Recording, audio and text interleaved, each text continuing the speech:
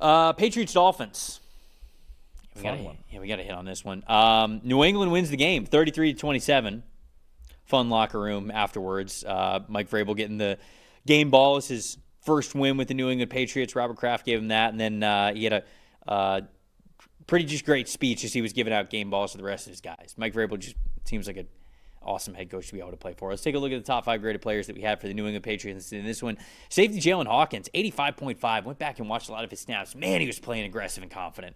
He was fun in that robber role in that defense, and deservingly at the top of this list here for this week. Running back Ramondre Stevenson with a 77.7. Defensive tackle Milton Williams, a 75.3. Defensive tackle Christian Barmore, a 70.2. Carlton Davis rounding things out at number 5 with a 68.3. And then Drake May, an 83.6 in this game. Played really good. On Miami's side of things, linebacker Jordan Brooks with an 83.6. Cornerback Rasul Douglas, a 79.9. Wide receiver Tyreek Hill, a 77.4. Running back Devon Achane with a 73.8. And then wide receiver Jalen Waddle rounds us out here with a 73.3. Quarterback Tua Tagovailoa, a 60.2. Dalton, what was your stat that told the story here? So I think, and I know on the surface they scored 27. 7 of it was the Malik Washington punt return touchdown. I think this Miami offense is completely handcuffed by their offensive line. And obviously the injuries have made it worse. James Daniels and Austin Jackson are both out for a while on the right side. You look at the starting offensive line, what they have right now, it's rough. And you look in this game, a 41.2 PFF grade for their offensive line as a unit. 15 carries in the run game, 14 yards before contact. Not great. One explosive run the entire game. New England had a 56.4% pass rush win rate. And Tua, at this point, the Dolphins offense, and we know it before when it's been high octane, like 2 years ago when they made the playoffs and all of that yes, there's quick throws, there's RPOs, but they can also run the ball. They can, if he's protected, they can chuck it deep to Tyreek Hill and Jalen Waddle. Right now, this offense is Tua, you have 2.5 seconds. We can't run the ball. Get it to somebody fast and pray they can do something after the catch, either Hill or Waddle or Achane. Their blocking, their offensive line does not allow for any layering of play calling. They are just Tua, it's literally, hey, take your 3-step drop and get rid of it right now. Because even after the 2.5 second mark in this game, 48.2 passing grade. So he's not one to improvise and make plays late in the play. Their offensive line cannot sustain pass protection, and they can't run block. And from there, to me, their offense is so just, hey, we have 3 fast guys. And if they make plays, cool. And in this game, they scored 2 touchdowns in the second quarter and none on offense in the other 3 quarters. They're just going to get flashes because they have that set of skill players. But as far as schemes go and the number of ways they can beat you, there's not very many. I think their entire offense, and to me, their entire team is handcuffed by, it was already shaky levels of talent up there. And now your whole right side is out on IR. It's not good. They can't block anybody. They just can't. Yeah.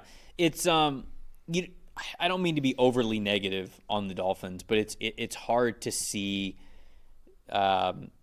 this regime at all like lasting much longer in Miami because they basically got what they wanted, right? They drafted Jalen Waddle.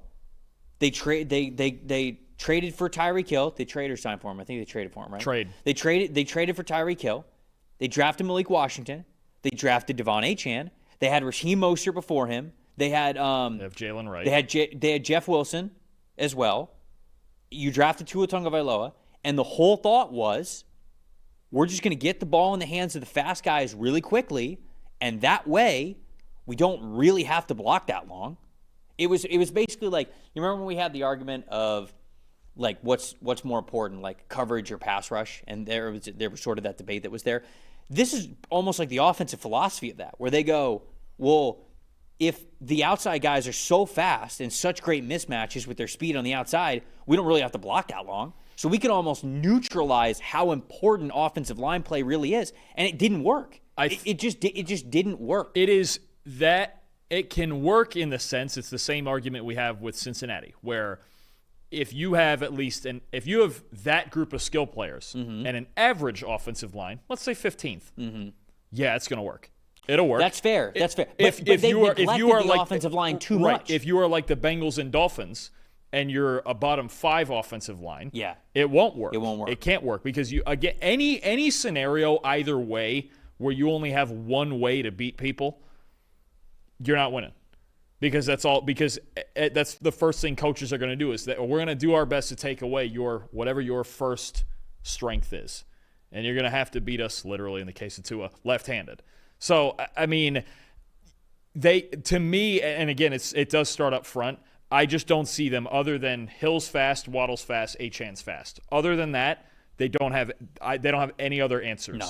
And that's why I think that the regime is got to be done, because I think they were given the ability to try this, and even for a couple of years it worked a little bit. But as the offensive line has gotten worse, and they have not been able to invest the right resources or pick the right players to where they can really recoup that offensive line pretty quickly, then I think when Teron Armstead was out of this lineup, mess. They were a complete mess, and obviously he retires, which we're a little bit thankful for now, because now he's a part of our show on Wednesdays, and he's phenomenal. If you guys haven't heard him yet, that's a big reason why you got to tune in on Wednesdays, because he's great previewing the trenches. But they got a good look of what it was like when he wasn't out there, and they just did not do enough to fix it. And so now I do agree with you. I think that you are correct. If you have a mid-tier offensive line, I think what they're doing can work, and it did for a little bit early in Mike McDaniel's tenure, and then it's just like they're pushing the envelope of what they can get away with on the offensive line, and now it's bad. Robert Hunt left, and you had Connor Williams playing really well, and he left and then retired. Now Aaron Brewer is a decent system fit, but he's always struggled in pass protection, right? The left guard spot's been a problem forever with them, right? I mean, it's just these those one-at-a-time moves, they add up. And then you get a couple injuries on the right side. I mean, and this is the thing, too. You've got a second-year guy starting at left tackle, a rookie starting at left guard, a guy off a torn Achilles starting at right guard. It's a problem. I mean, and obviously, look, injuries to your offensive line are never good, and most teams have to deal with them at some point in the year. But this team couldn't afford it, right? And it's handcuffing their entire offense, I think. And now, I think as far as the big picture, personally, I think they have 2 weeks. I think they got this Bills game, and I believe they go back home to play the Jets in Week 4. And if they lose it's basically the Jets game then. Pretty much. If they lose all 3 weeks in a row to all 3 division opponents, that might be it. Yeah, you might be right. On the other side of things, Pat's offense looked awesome. Yeah. I mean, Drake May looked very efficient. I think the offense overall looked very efficient. 5 of their 7 non-end-of-half drives, so like kneel downs at the end of the second quarter and at the end of the fourth quarter, ended in points. And that's obviously what you want to see. Their first 3 drives of this game had over 10 plays in each of them and 17 total points. That's phenomenal. I mean, you couldn't ask for a better start for this offense. And it's one where, when we talk about Drake May and the ceiling that he has as a quarterback, I don't know if we really picture Drake May as like, yeah, he's going to be efficient right out of the gate. Like, we're getting 3 great drives out of Drake May. Boom, boom, boom. It's more of, okay, let's start out the game hot. Script the first play, or script the first drive, hopefully get a touchdown out of it, but at least get some sort of points. And then, all right, we might be a little bit of up and down for the rest of the half, but we know that we've got a talent to be able to get us points somewhere else. For them to start 3 straight drives, touchdown, field goal, that is obviously when this Patriots offense gets really dangerous. And so it was the efficiency of how the Patriots started this game that ended up being a major reason why they were on top when the scoreboard hit 0. No, I thought he looked a lot more comfortable than he did last week. I thought the second half of last week he started to get a little bit uncomfortable as the Raiders started moving things around on him. I thought he was comfortable all the way through this week. He was calm and cool in the pocket. And for a game that he started and finished, this was actually the highest graded game of his career. He had one game higher last year against the Jets, but he got hurt, I think, in the second quarter. That was the game where he got the concussion running the ball. No, he looked comfortable. There's him, and I was really impressed with Ramondre Stevenson. And look, since the preseason, we've talked so much. The word and all throughout New England, Boston, wherever, has been Travion. It's all about Travion Henderson, right? Stevenson is sitting there like, hey, I'm still here. You haven't traded me yet, and I'm still here, and I'm still the veteran guy in this backfield. Props to him. 54 rushing yards, 55 of them after contact, right? The Patriots still aren't run blocking that well. 3 missed tackles forced as a runner, 3 missed tackles forced as a receiver. The big play with him wheeling down the sideline and making that catch on what was Drake May's best throw of the day, I got to be honest, I didn't think Stevenson had that in him. Because he's never been used as a receiver like that, especially that was a fully outstretched catch as well. Yeah, I mean, beautiful. I wonder that's got to be probably the best catch we've ever seen him make, right? We're used to, if somebody was going to run a route like that on this team, I figured it'd be Travion Henderson, but Ramondre Stevenson for at least one day being kind of the engine of this offense, and all 3 backs had good days. Henderson had a couple of nice touches. Antonio Gibson ran the kickoff back for a touchdown right after Miami had the punt return touchdown from Malik Washington. So I think overall for New England offensively, it was just a really good day in a positive direction. I loved this with the New England Patriots. I knew that we were going to talk about Drake May. I knew that we were going to focus on him and sort of what they did on offense because it's flashy and he's the young franchise quarterback and everything.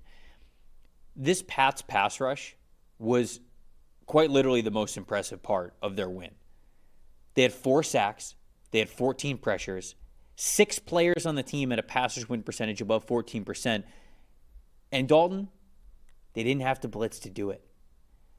No sacks came on the blitz this week, and they blitzed just 4 total times in the game, least in the NFL in week 2. This is a team that was down Christian Gonzalez, right? And we talked about that in week 1, how much of an issue that was going to be and how poorly they played in coverage in week 1 against the Raiders, who torched them. What was the final stat line for Geno? Geno had 362 passing yards against them because they just could not cover without Christian Gonzalez. And in this game, I wondered if they were going to say, okay, well, we got to pressure a lot because we're not getting home fast enough. So if we pressure a little bit more, maybe that'll help out our coverage. Instead, they said, you know what? We're going to lead these guys back here. Make Tua hold the football. We're gonna make Tua hold the football. But they made Tua hold the football, not just from having a lot of players in coverage, but getting home with 4, not having to rush. That's why you sign Milton Williams. That's why you sign Harold Landry, who, like, Harold Landry had the lowest pass rush grade of any of these guys, but his sack that he had was sick. It was a great sack around the outside shoulder of the right tackle for Miami. So it just all came together for New England. And for as much as the offense was great and Drake was great, that was the most impressive part to me. We already knew that Drake could be good at football. I didn't know what this defense was going to be like because Geno torched them last week. And they were able to get home with 4 and play good coverage. And that week-to-week turnaround for New England, to me, that shows you got the right man coaching this team. And this is still a dangerous passing game when you talk about these receivers and things like that and what Tua can do when he is protected. They do need Gonzalez back, for sure. They will be a lot better when Christian Gonzalez gets healthy, but there's plenty enough talent. We talked about it all offseason. There's enough talent on this defense to be really good. I think it's just a matter of it early in the season here. And it was the case against the Raiders where, look, Chip Kelly called a great game, and the Patriots have some things to figure out. They still only gave up 20 points. It's not like they got racked for 45 or 50. They gave up 20 points to what could be a pretty darn good offense with Vegas, with Geno and JT and everything going on there. So, I think it's a work in progress, as everything is at this time of year. But I think their defense could be really good, and I think it was everything about this game in all 3 phases for them. Special teams too, with the Gibson return, that was a big response. Positive stuff for New England, definitely, especially getting a road win. Most disappointing for me, Dolphins on money downs, 4 for 10 on 3rd down, over 2 on 4th down. 7 of their 10 third downs they were facing 7 or more yards.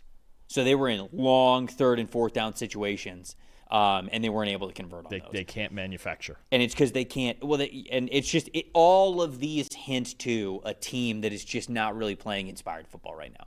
They can't run the ball. They're in long down and distances on 3rd and 4th down. And the offense is just frustrating when things aren't really easy for them. Yep. Anything else from you before we move on to Nope. the next one? Okay. All good there.